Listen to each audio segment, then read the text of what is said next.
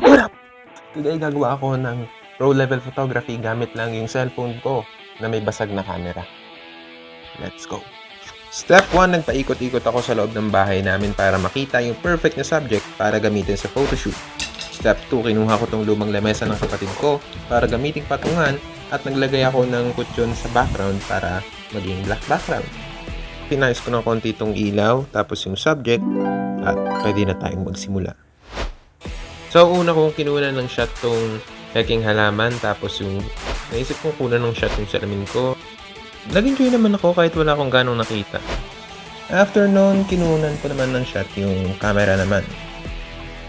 At ito na, yung final products. Hindi ko inaasahan na magkakaroon ng vintage look dahil doon sa damage na meron yung lens. Hope you enjoyed, and if you did, please follow for more.